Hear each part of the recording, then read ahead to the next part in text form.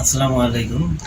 আমি doctor Mohammad Kawsar Alam, physiotherapy consultant, Dhaka Imperial Hospital. আজকে একটা বিষয় নিয়ে আপনাদের সাথে আলোচনা করতে আসছি। সেটা হচ্ছে যে চক্ষু ইউনিটে অথবা চোখের যে সমস্যা হয় অনেক ক্ষেত্রে দেখা দেখা যায় যে আমাদের চোখের নিউরোলজিক্যাল প্রবলেমগুলোতে যখন কোনো অসুবিধা হয় কিংবা চোখের সানি অপারেশন হয় অনেক রোগীর, তো তার পরপরই কিন্তু বা চোখের মাংসপেশি দুর্বলতা বা চোখের বিভিন্ন সমস্যার কারণে যখন চোখে দেখতে অসুবিধা হয়, চোখের জ্যোতি বা চোখের যে আলো এটা আপনার অনেকাংশে দেখা যায় চোখে কমে যায়। তো তার প্রবলেমগুলো আইডেন্টিফাই করার পরে যখন চিকিৎসা করে রোগীর জন্য প্রবলেম সলিউশন হয় না, তখন কিন্তু কিছু কিছু ক্ষেত্রে অবশ্যই ফিজিওথেরাপি চিকিৎসা দরকার হয়। আমরা সাধারণত জানি যে রোগীর যখন চোখে আমরা বেস পালসে বা মুখ বাঁকার সমস্যা দেখেছি যে আমাদের চোখে একটা ইনভলভমেন্ট আসে, অথবা আমরা যখন অবলম্বনটা নার্ভ অথবা থার্ড নার্ভ পলসে যখন হয় তখন চোখের দিকে দুর্বলতা আসে, অথবা চোখের পাতি ঠিকমতো ওঠে না বা চোখ বন্ধ করতে পারে না বা চোখ খুলতেও পারে না, মানে খুবই কষ্ট হয়। তো ওই ক্ষেত্রে আমরা কিন্তু ফিজিওথেরাপি চিকিৎসা দিয়ে এই প্রবলেমটাকে আমরা কিন্তু সলিউশন বা সমাধানের দিকে নিয়ে যেতে পারি। আল্লাহর রহমতে সেই সমাধানটা হয়। বা আমাদের দেশের প্রেক্ষাপটে চক্ষু ইউনিটে যে চোখের জন্য যে আমাদের কিছু এক্সারসাইজ আছে অথবা চোখের সমস্যার জন্য যে ফিজিওথেরাপি চিকিৎসা দরকার হয়, সেটা আমাদের দেশে অনেকাংশে আমার মনে হয় যে এটা কমই প্র্যাকটিস হয়। অনেক চিকিৎসকই আছে আমরা এটাকে রেফার করা হয় না। দেখা যায় কিছু কিছু ক্ষেত্রে আপনাদের অনেকাংশে যদি আমরা ফিজিওথেরাপি চিকিৎসার হেল্প নেই, যদি রোগীর জন্য দরকার হয়, অবশ্যই সেটা রোগীর জন্য উপকার হবে। তো আমার এই ভিডিওটি করার উদ্দেশ্য হচ্ছে যে আমারই একজন শুভাকাঙ্ক্ষী এবং আমাদেরই একজন বড় ভাই, উনি হচ্ছে যে ওনার চোখে সমস্যা হয়, ওনার চোখে সাধারণত একটা অপারেশন দরকার হয়।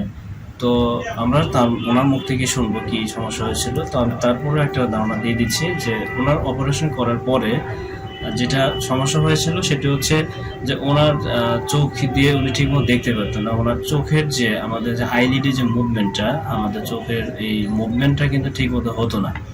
দেখা গেছে যে উনি ঠিকমতো চোখ বন্ধ করতে পারতো না, উনি যখন রাস্তা পারাপার হতো ঠিক সেইভাবে উনি পারতো না। ওনার কাছে একটা সংশয় এবং একটা আতঙ্কের মধ্যে দিন কাটাতে থাকে। তো একদিন উনি আমার কাছে আসে। তো আসার পরে আমি বিস্তারিত সব কিছু শুনলাম। উনি খুবই যন্ত্রণার মধ্যে দিন কাটাচ্ছে। তারপর ওনাকে আমি বাইরের কাছ থেকে সময় নিলাম, বললাম যে দেখি আপনার জন্য কিছু একটা করে দিতে পারি কিনা। তারপর আমরা ওনার বিষয়টা নিয়ে আমি একটু স্টাডি করলাম, দেখলাম যে এটা তার এভিডেন্সটা কতটুকু আছে। দেন আমরা ওনার সার্জারির বিষয়গুলো নিয়ে একটু আমি স্টাডি করলাম, পড়াশোনা করলাম, করে ওনাকে বললাম যে আপনি যদি আমাদের এখানে একটি ফিজিওথেরাপি ডিপার্টমেন্টে সময় দেন, আশা করি আপনার সমস্যাটা হতে পারে সমাধান। তারপরে উনি আপনার হচ্ছে সমস্যার সমাধানের জন্য আমাদের এখানে রেগুলার সময় দেওয়া শুরু করে। তো দীর্ঘ প্রায় 15 থেকে 20 দিনের মতো আমাদের এখানে ফিজিওথেরাপি চিকিৎসা কন্টিনিউ করার পরে আমরা ধীরে ধীরে দেখি যে ওনার পরিবর্তন আসা শুরু করে।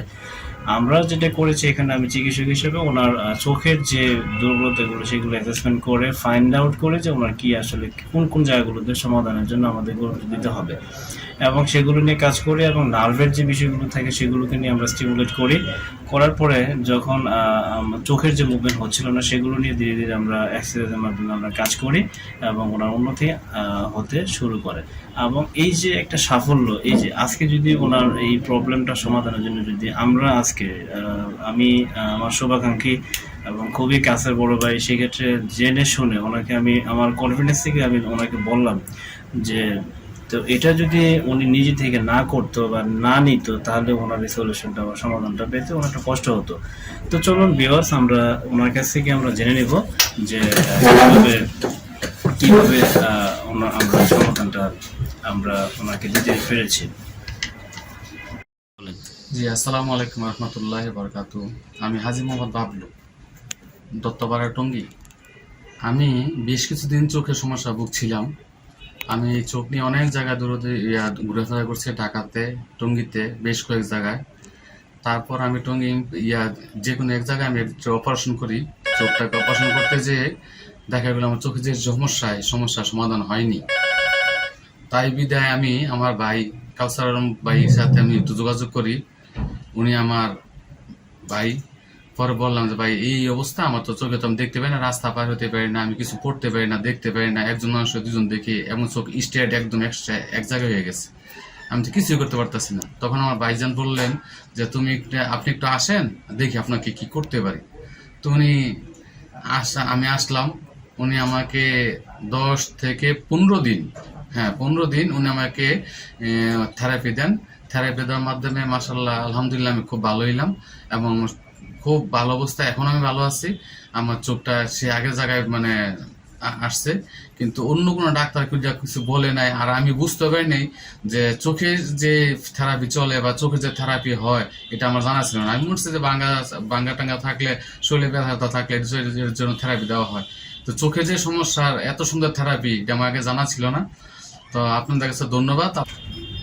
ভিউয়ার্স, এখন এই ভিডিওটির মাধ্যমে আমরা যে পেশেন্টের নিকট থেকে যে জানলাম যে ওনার যে কনফিডেন্সটা উনি দিল, তো আমি আপনাদের উদ্দেশ্যে কথাটা বলতে চাই যে আমাদের দেশে এই বিষয়গুলো নিয়ে আসলে স্টাডি করা উচিত এবং রিসার্চ করা উচিত, বা যদি ইনকেস আমাদের এই ফিজিওথেরাপি ইউনিটটাকে বা ফিজিওথেরাপি চিকিৎসাটাকে যদি আমরা প্রত্যেকটা সিস্টেমে, শরীরের অন্যান্য সিস্টেমগুলো যদি প্রপারলি কাজ করানো যায়, তাহলে কিন্তু আমাদের জন্যই কিন্তু দরকার। আমরা সাধারণত ব্যথা এবং প্যারালাইসিস অন্যান্য সেকশনের জন্য বা ইউনিটের জন্য বা সমস্যার জন্য যেন মনে করি যে ফিজিওথেরাপি চিকিৎসা দরকার।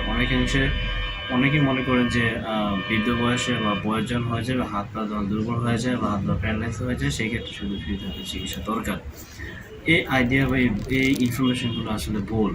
এখন বিষয় হচ্ছে যে ফিজিওথেরাপি চিকিৎসা এখন বর্তমানে কিন্তু খুবই আপনি যদি ওষুধবিহীন বা অল্টারনেটিভ মেডিসিন হিসেবে আপনি যদি ব্যথা কিংবা প্যারালাইসিস চিকিৎসা নিতে চান এবং অন্য শরীরের অন্যান্য সমস্যার ক্ষেত্রে যদি আমার ফিজিওথেরাপি চিকিৎসা দরকার হয়, যেমন ধরুন আমি বেশি দূর বলবো না, আপনার হচ্ছে প্রত্যেকটা ক্ষেত্রেই কিন্তু আমাদের এখন ফিজিওথেরাপি চিকিৎসা দরকার হয়। বর্তমানে আমরা ফুসফুসের সমস্যা বা কার্ডিওপালমোনারি সমস্যার জন্য বা পোস্ট অপারেটিভ পেইন অথবা আপনার হচ্ছে ফ্র্যাকচার কেস বা প্লাস্টার কেসে পরেও যদি ফিজিওথেরাপি চিকিৎসা দরকার হয়, যাবতীয় ব্যথার ক্ষেত্রে কিন্তু ফিজিওথেরাপি চিকিৎসা দরকার হয়। প্রত্যেকটা ক্ষেত্রে কিন্তু আমাদের আমরা যেমন মেডিসিনের প্রতি গুরুত্ব দিই, ঠিক তেমনি মাল্টিডিসিপ্লিনারি টিম অ্যাপ্রোচ অনুযায়ী আমাদেরকে ফিজিওথেরাপি চিকিৎসার প্রতি গুরুত্ব আরোপ করতে হবে।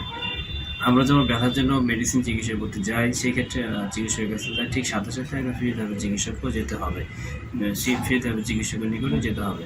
তাহলে আপনি আপনার সমস্যাটা দ্রুত সমাধান করতে পারবেন।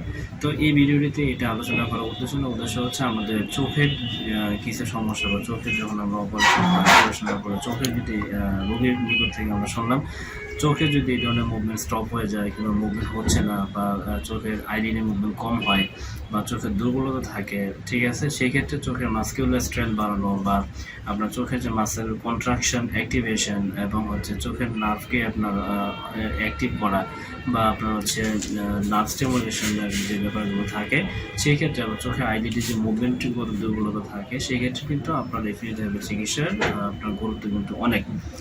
আমি এইটা বিষয়টা এখানে আলোচনা করতে যাচ্ছি চেয়েছি এই কারণ আমি পিজে আমাদের বর্তমান পিজে হসপিটাল মোহাম্মদ শেখ মুজিবুর রহমান বর্তমান যে শাহবাগে অবস্থিত পিজে হসপিটাল, সেখানে সে হসপিটালে একজন চক্ষু বিভাগের একজন প্রফেসর, আমি সম্ভবত প্রথম আলো পত্রিকায় দেখেছিলাম যে এই বিষয়টা নিয়ে কিন্তু উনি লেখালেখি করেছিলেন যে চোখের জন্য কিন্তু ফিজিওথেরাপি চিকিৎসা দরকার হয়।